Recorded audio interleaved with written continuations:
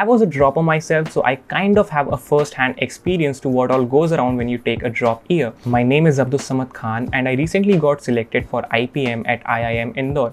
I also got shortlisted for IIM Rohtak and IIM Ranchi, and today I'll be talking about whether you should take a drop for IPMAT or not, and if yes, whether you should go for a partial drop or a full drop, and also what all things you need to know beforehand while taking a drop.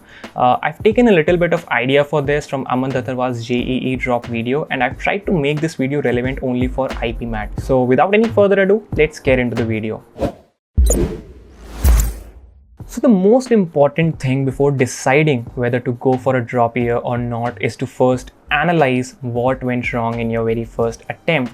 Everyone can have different reasons for their failure, and some of the very common reasons that come up are inconsistency, that you were not very consistent throughout your preparation and you took the competition a bit lightly, and lack of awareness, that you came to know about the exam a bit late and couldn't get a lot of time to prepare well for it and didn't knew much about the exam. Then lack of guidance, maybe you were preparing by your own self and could not follow a structured preparation strategy and felt a bit misguided. Then maybe you were preparing for some other competitive exam or boards and you were not able to manage these two exams simultaneously at the same time.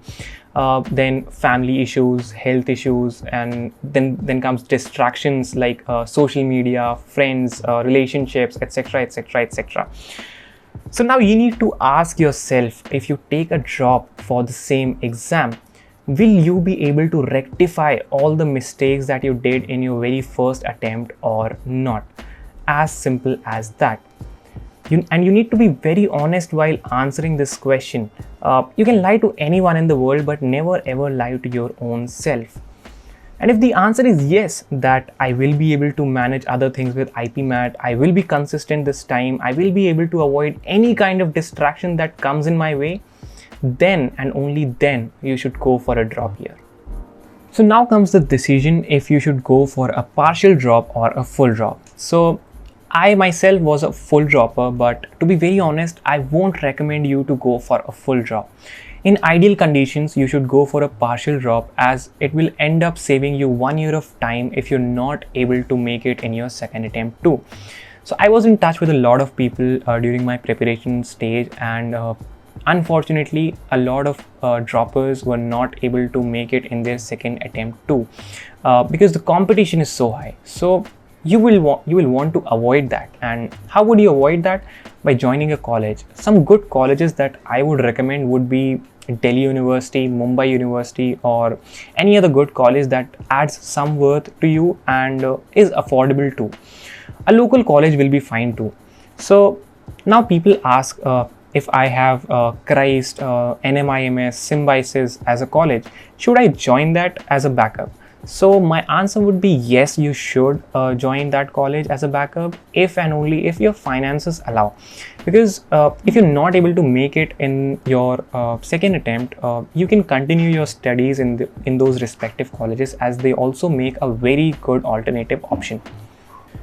So the gist being, if you're not very sure that you're just gonna go for IPM, or you don't want to take a lot of risk, or you want to be open to other options too, then you should definitely join a college. But if circumstances are such that you don't have anything in your hand and your finances also don't allow you to join a good college as a backup, then taking a full drop also makes sense, as I did. I was a 2020 student. I was preparing for my NDA exam. I gave several attempts, but I was not able to make it through the SSB process. IPM was my backup. I gave the exam in 2020, but I was not able to clear the verbal ability cutoffs. So in December, I had my last NDA attempt, and after that I was no more eligible to give it. Until then, I had not joined any college because already due to COVID, the college admission process was too delayed and the classes were also online. So I was not sure that how fruitful it is gonna be. So I decided to take a full drop and wait for a few more months to join college and give all the competitive exams in 2021. So that was my idea behind taking a full drop. Your situation can be different, and ideally it is not recommended to take a full drop. But if circumstances are such, you can definitely consider taking it. It all depends on your caliber and risk appetite.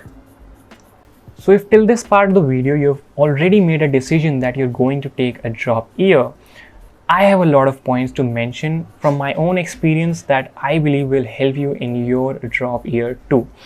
So the first is criticism. So after your first failed attempt, be ready for a lot of criticism coming all the way to you from your parents, relatives, friends, or anyone.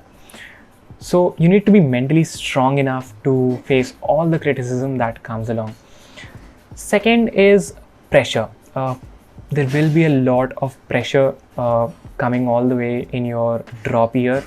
The pressure to clear the exam in your second attempt, the peer pressure that comes when your friends may be going to some top institutes in the country.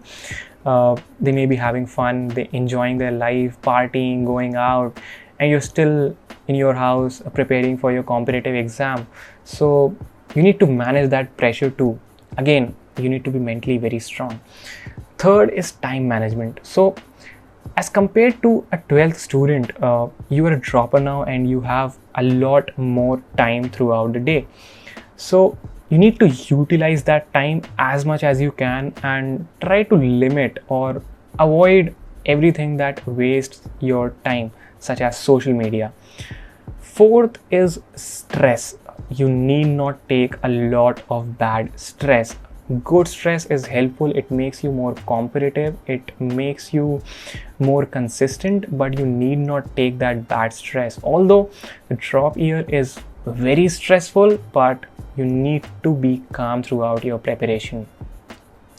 Just keep giving your best. Do not repeat the mistakes that you made in your very first attempt, and this is all that is required. Just keep giving your best.